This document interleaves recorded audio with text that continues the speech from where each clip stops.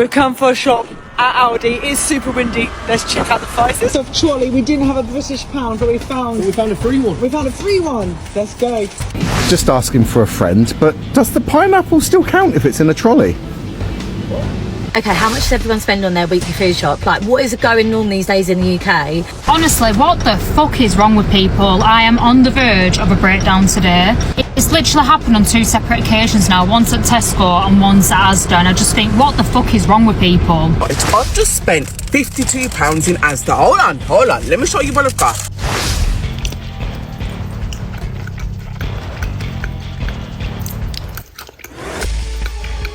I've recently been finding that the fruit and veg we're getting in Aldi isn't lasting as long. I'm on the hunt to find a supermarket where the fruit and veg lasts as long, but it's a similar price to Aldi.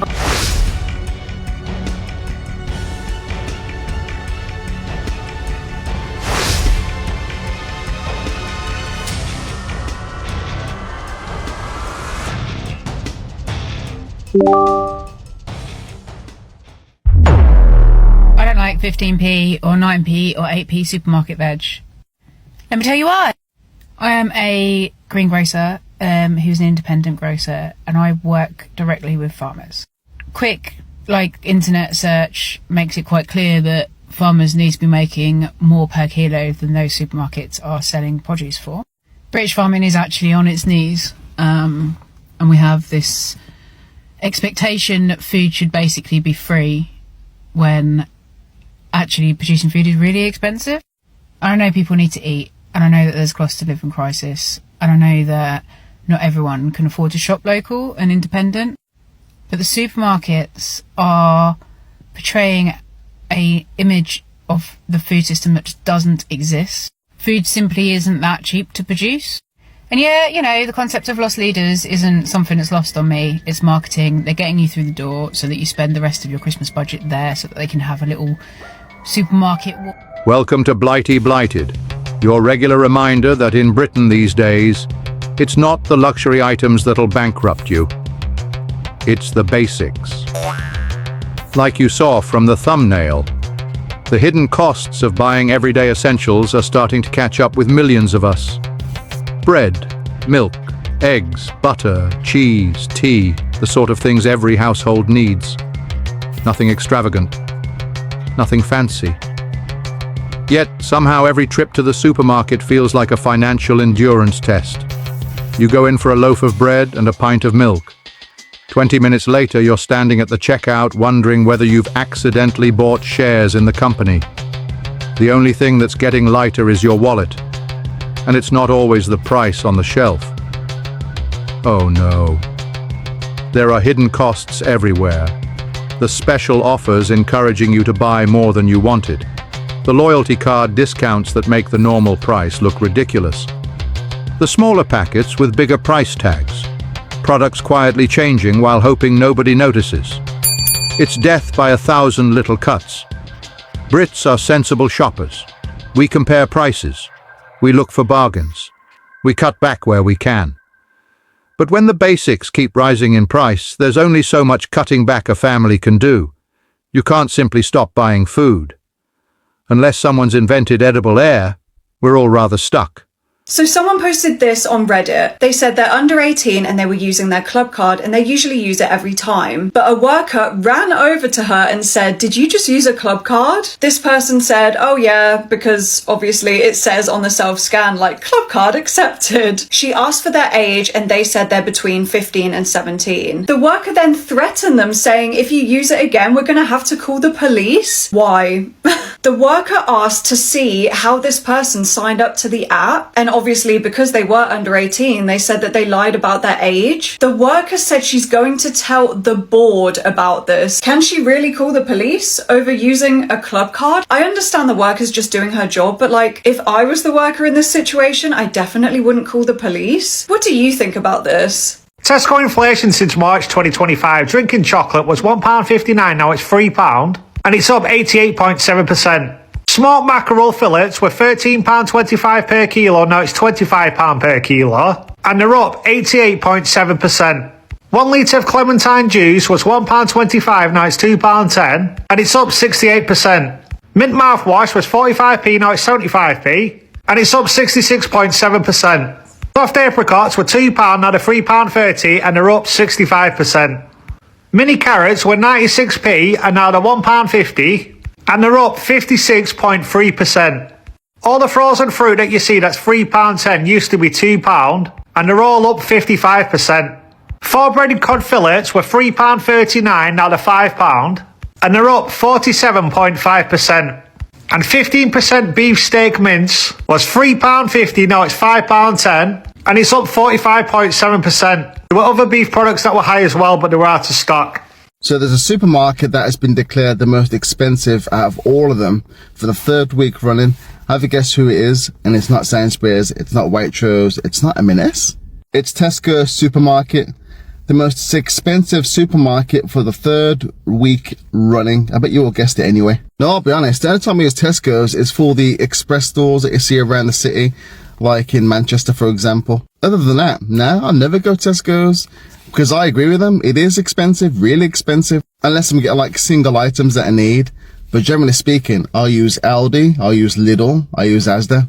Asda. But I will say though, the Tesco food quality is better than the rest of them, which justifies why it's so expensive. I've got a mate that will never ever use the main supermarkets. It will either be Waitrose or M&S. They're the only exceptions. And I gotta admit, when I do use M&S to buy fruit, it's always fresh. It never goes off, never goes mouldy like it does when you get fruit from Asda, especially Aldi.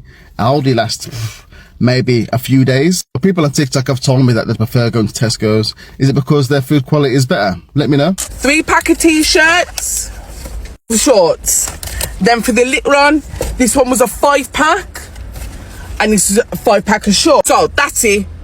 These are not fancy best clothes, you know. These are just basic, your rough and tumble, everyday wear clothes. Like, there's nothing special about these clothes. When did little kids' clothes get so expensive? Can someone just riddle me that? Our weekly food shop budget is £55, so I have to shop quite wisely within that. Where we're having the warmer weather, I really want to try and have more fresher foods and more salads and things like that, and for that you want that fresh food. So I'm heading into Tesco today, and I'm gonna really try and keep our spend low whilst trying to get as fresh stuff as possible. So let's see how I get on.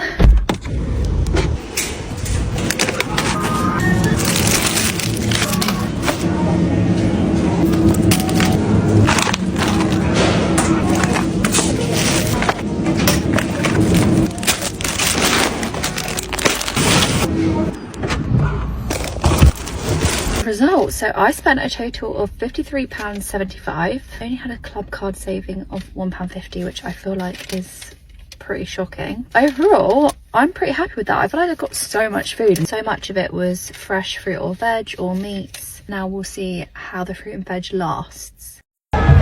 So I know I go on about rip off Britain, but here's another example. So I'm at Hyde Park, lovely. We got tickets to Duran Duran, which is great, right? This is when England is good, yeah? We put on a good concert, so we're just waiting here. Here's where I am. There's loads of people. Everyone's paid a lot of money to come in. I've just gone to the bar. I bought 2 drinks. 2 drinks were £20. How is that possible? That's £10 a drink, and they were soft drinks. Can I afford to eat it? No. It is insane prices. But that's the UK, right? We just like to rip off anybody who goes out and tries to have a nice day. Anyway, happy Sunday. Gotta love this country. So out of the big 6 supermarkets, Morrison's has been named the most expensive for the first time in a year. Now, Morrison's, as you can see, for a little basket of shopping, now the shopping's just bread, butter, beans, milk, tea bags, coffee, chicken and beef mince. It's coming out at £13.53, it's the most expensive, whereas Lidl and Aldi, not much difference, but Aldi's £13.13, that is the cheapest. Now, I know a lot of people will be saying, well, look at the quality. But to be honest, the quality of meat in some of the most expensive supermarkets, for Asda, for example, is poor. It's chewy. So what's your thoughts on this? Is this what you thought? And is this why Morrison's is losing customers that they are? They've started closing 100 of the small Morrison's dailies, this has started to happen purely because their profits have dropped to a very low level. So Morrison's, now you can see obviously Waitrose isn't on there, but they're your posh supermarkets, so they're not even counted. This is the big six. So Morrison's, Tesco's came in next. Sainsbury's isn't too bad. That's, I suppose, your middle market. But Aldi and Lidl are your cheapest. Anyway, what's your thoughts on this? And are you surprised that Morrison's is the most expensive? I'm not. Catch you later. Did you know that British supermarkets use fake farms to brand their produce? Maybe recently you've bought some mixed peppers from Nightingale's farm, maybe a chicken from Willow's farm, some carrots from Redmere, or an apple from Rosedale. Do they ring any bells? Well, they're all fake. These fantasy farms are marketed by supermarkets to mislead the customers and make us think that we're supporting British agriculture, when in fact, high chances all come from abroad. So why is that such an issue? Food's cheaper? Sure. Here behind me is British farmland. It takes up 70% of British land, and 49% of farmers fear that they won't have a business next year. Of that 49%, 75% of them are blaming supermarkets because there's an imbalance in the equality. If British agriculture shuts down, then all food costs are going to skyrocket even more than they already are, because we're just going to have to fight to import all of our food. Our British farmers are integral. Knowing where our food actually comes from is vital, and supporting British agriculture has never been more critical. It's about time this country gets fair about farming. Please bear in mind, these people work for corporate companies that earn billions and do not give a shit or even know these individuals. Moving on, so the first occasion at Tesco, my Wi-Fi wasn't working to get on my club card. I asked someone else, can I use your club card please? The lady was being awful towards me from the beginning and was like, you're not allowed to do that, you're not allowed to do that. Thankfully, the lady ignored her and let me use the club card. But I just think, why do you give a fuck if I'm using someone else's club card? This isn't your business. It's not a small business. It's a business that profits billions of people, increases the food prices all the time to the point where we can't even afford to fucking eat and live. Why do you care if I use that club card? Secondly, I've just been at Asda, didn't pay for my bag. It's the first time I've ever done it, and hand on heart, drop dead, it genuinely is the first time I've not paid for my bag. And on this one occasion, I've been pulled for it. Someone's obviously been stood there watching me like, I might be wrong about this, and they may get in serious shit if they don't pull me for it, and if that's the case, I'm really sorry. But why are you asking if I don't pay fucking 40p for a plastic bag, which is overcharged anyway, for a company that earns absolute billions? Like, oh my god. Why do you give a shit about this company that doesn't give a shit about you?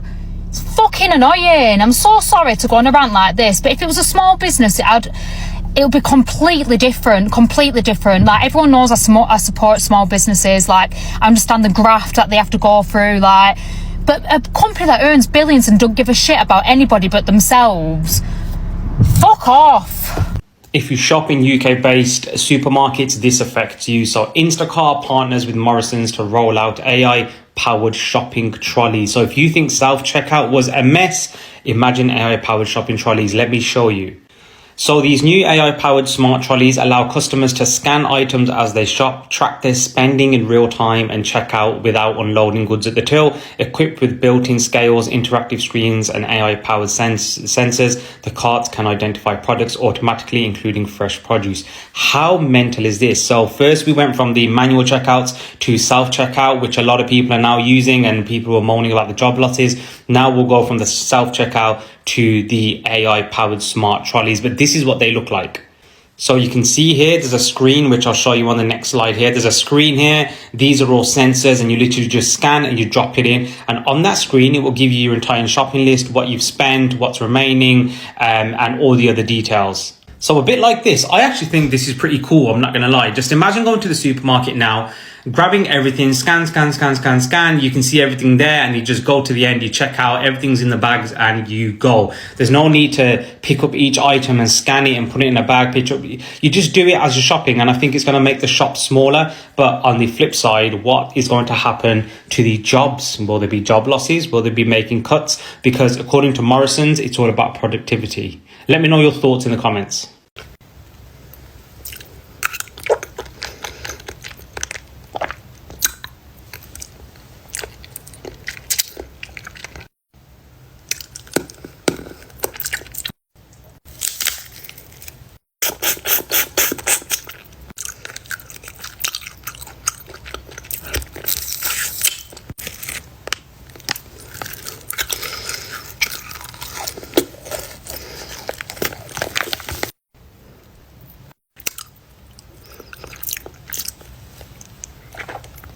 We're a household of 3.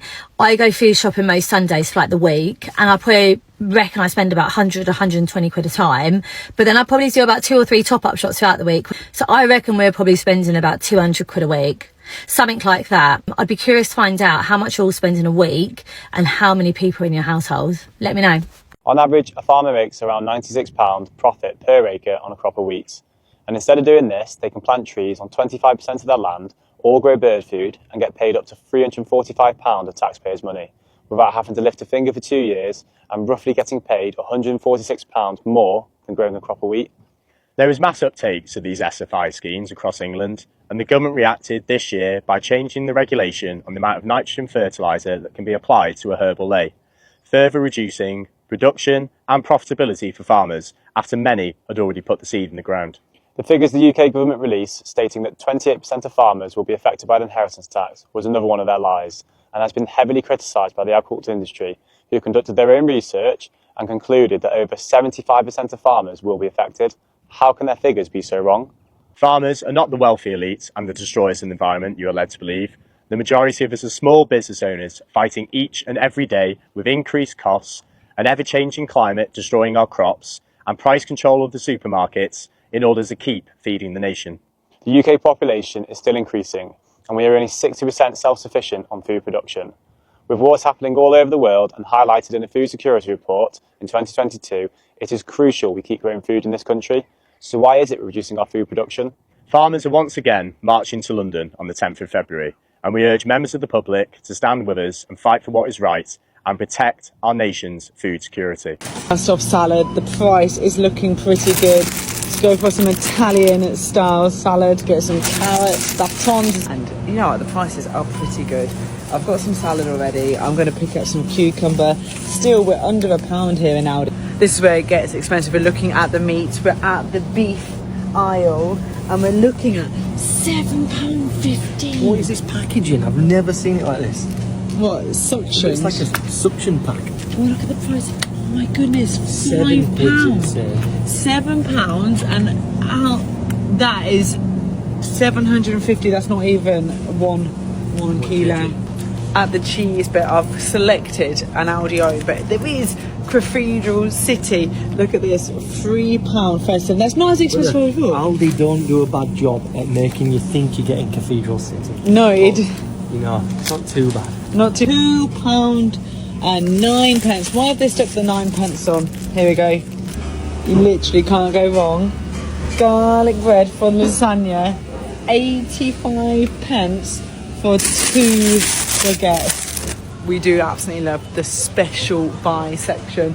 We're in the middle section where you can get crazy stuff. Last time we were in Aldi was actually in Australia, and it was exactly the same with the special buys. Got with lots of little bits, £52. Yeah, I was expecting a bit more than that, so. We've got alcohol in there as well. That's but pretty good. Pretty good price on the alcohol. Wine was under £5, and Prosecco as well. But yeah, we've got quite a lot, £52. Thank you very much, Aldi. Back into the wind. Hey folks, well, hopefully the dust has settled a bit after what's been happening over this past week. And people are probably wondering why we've done what we've done. Well, basically, we're pissed off with the price we're getting. So obviously the IHT battle, or the agricultural property relief battle is still ongoing because the government haven't done a full U-turn. They've just raised the threshold, which has essentially divided and conquered the farming community, which is unfortunate. But on top of that, the prices at the supermarkets are ridiculous. So our production costs at the moment have gone through the roof. Hay and straw have literally doubled in price. Now, when I say doubled, I mean it's gone from about 80 to £100 a tonne to about 150 to £200 a tonne for hay and straw, respectively, which is a lot. And yet our beef prices and our lamb prices at market are exactly the same. Hardly any increase, if sometimes a decrease. And yet supermarket prices are going up and up. Now, people have argued that this is because of the increase in the minimum wage or the employer's national insurance, but that doesn't cut it. I'm sorry, no. Supermarkets are making an absolute killing from us farmers. On top of the mislabeling of stuff, I mean, there's the prime example, Tate & Lyle sugar, cane sugar. You may have seen the things on Facebook recently.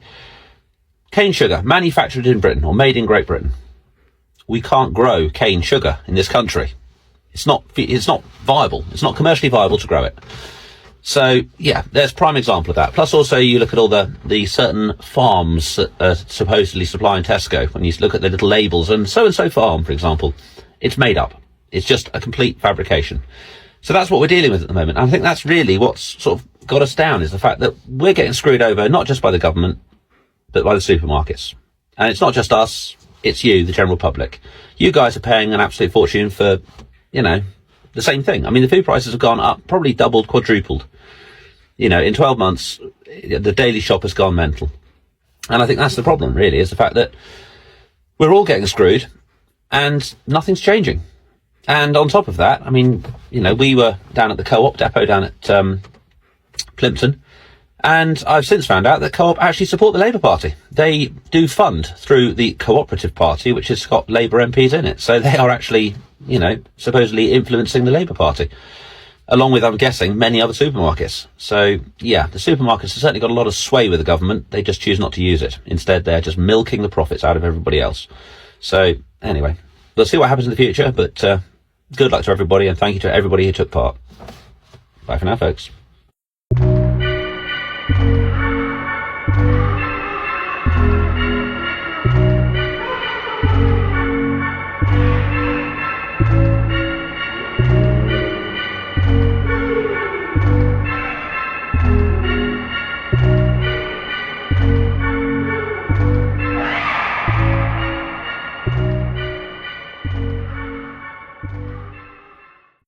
Spending equivalent to 200 Turkish lira in Morrison's in the UK. Let's see what we can get and see what the difference in prices are.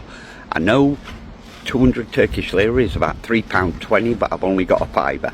Let's see what 320 can get me. So yes everyone, I'm back home, but I'm just going to prove how much 200 Turkish lira, how far it goes in Turkey, and you don't realise. What do you think I can get for £3.20 in Morrison supermarket? Let's go in and have a look.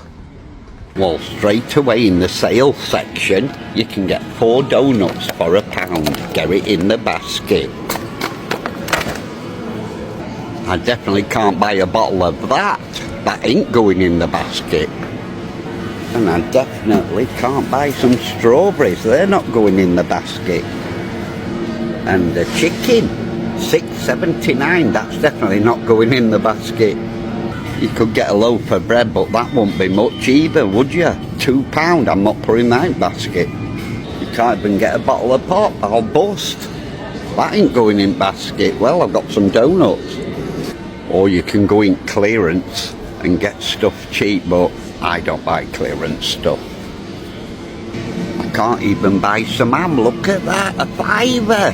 That ain't going in basket. And there you are, pork pies, £2 for 6. Get them in the basket.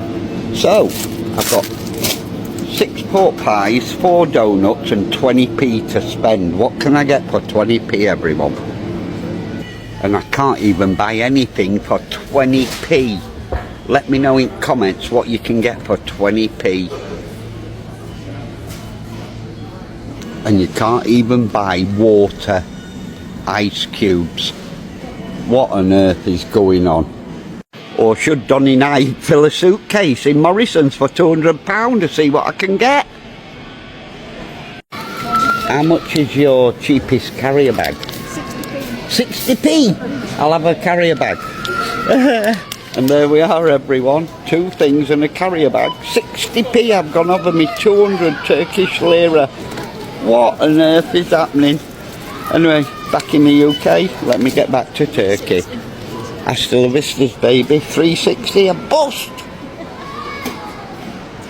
So what do you think, everyone? 200 Turkish lira. I got some pork pies, some donuts, and a carrier bag. 60p and a bus. I'd rather go shopping in Turkey. Hasta la vistas, baby. I moved to London a couple years ago, and I swear it costs 3 times as much to live here than it does in New York City. And granted, I did get like a 20,000 due to my role relocation bonus, but without that, I genuinely don't know how we would have survived up until now, because I make around like 180,000 quid per year. That's 225,000 US, but 60,000 of that goes to pension. Another 45% then goes to income tax, 13% of which then goes to like national insurance tax. Then apparently, because our flat is in Islington, we have to also pay council tax as well. Point is, according to the spreadsheet, my monthly take home is around 6,500 quid or 8,100 US for somebody who makes 180,000 quid or $225,000 per year. And this is what we're spending just to get by and survive. Rent is, 2,400 for this place, but fortunately we have street parking, and that permit is like 100 quid for the entire year. Third Space gym membership is 200 quid. Weekly date night in Mayfair is minimum 300 quid per week. Uber Black membership, just because the tube's crowded and not very safe, is 500 quid per month. Soho House is another 600 quid. Deliveroo, for you Americans, that's basically Uber Eats. That's 1,500 quid per month. Eurostar hotels, travel related expenses, because we do like a weekend getaway to Paris usually. That's minimum 1,500 quid per month. Student loans from King's College, and I still have some undergrad loans from Southern Institute of Technology. That's another like 1,500. But look, I make coffee at home. I do run clubs on the weekend. We don't have a very posh lifestyle. Like, I would not be able to survive here if it wasn't for my Gam Gams trust fund. Morning, Dean Digifarmer. Quite an overcast morning down here in South Wales. Quite chilly as well. Just been out feeding, taking a bale down to my cattle. I just wanted to address something that I watched on Friday night. I watched a TikTok live. I'm not going to say the gentleman who I was watching, because that's his thing, not mine. And he had a couple of people on there, and he had a gentleman on there from Denmark, and he was going on about Arla on what they're making them do over there. They're making them feed this. I might be saying this slightly wrong. Bovia. Just this thing that supposedly stops the cows burping and, I don't know if it's farting as well, but it's trying to stop the gas that they produce. And then there was another gentleman come on then, which was the biggest concerning part for me, and said that M&S in this country, the farmers that they've got on their contracts for the dairy, for the milk, are making them feed this Bovia or however you want to say it, to their animals. And the gentleman in Denmark said that it's basically poisoning their animals, and how it's getting into the milk. But if it's being fed to them and it's making them ill, it's also being transferred into the meat. So if that's the case in this country, I mean, I don't know if there's full truth in this. It's only what I've read. So please, M&S, don't shoot the messenger. But when it's out there on a social media platform, there must be some form of truth in it, I would have thought. Or at least there's no smoke without fire. So if anyone does know about it, I think this needs to be addressed, and addressed quite quickly. And I happened to look on a few things that my wife bought from the supermarkets. And this Arla are into just about everything. They are a big, big company. And if they're forcing this Bovia in this country, how many people in this country are eating that meat and drinking that milk with that in there and not knowing. So that brings me to another little thing. Yesterday morning, went down to the local barber's nice and early and had a bit of a trim. And I got chatting to him. There's a couple of Turkish lads, really, really nice lads, always make me laugh. And we got talking about the farming and how's it going and everything. And I said, it's, you know, with everything, what the government are trying to get us to jump through all these hoops. And basically the percentage of livestock they want us to cut down on in this country for this green crap, or net zero, whatever you want to call it, over my head. And they didn't know nothing about it.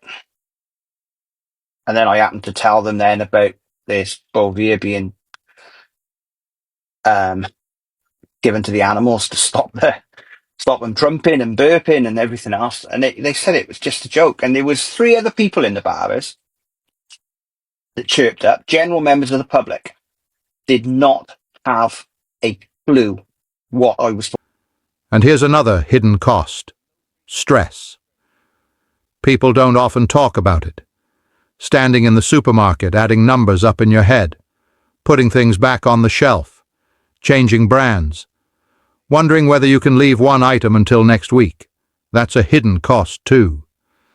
Then there are the people producing much of our food, our farmers. Many work incredibly hard, yet often say they're being squeezed from every direction, while others further along the supply chain capture more of the value. Now that's a subject worthy of its own discussion, and we'll be looking at the plight of Britain's farmers later in this video, because if they're under pressure, eventually so are the rest of us. The worrying part is that we've almost become used to it. Every price rise, every smaller packet, every new and improved product that somehow contains less than the old one. Bit by bit, the cost of ordinary life keeps creeping upwards. The real hidden cost of buying the basics isn't just the money, it's the feeling that ordinary people are having to work harder just to stand still. Cheerio. And don't forget to check your shopping receipt. The hidden costs usually get home before you do.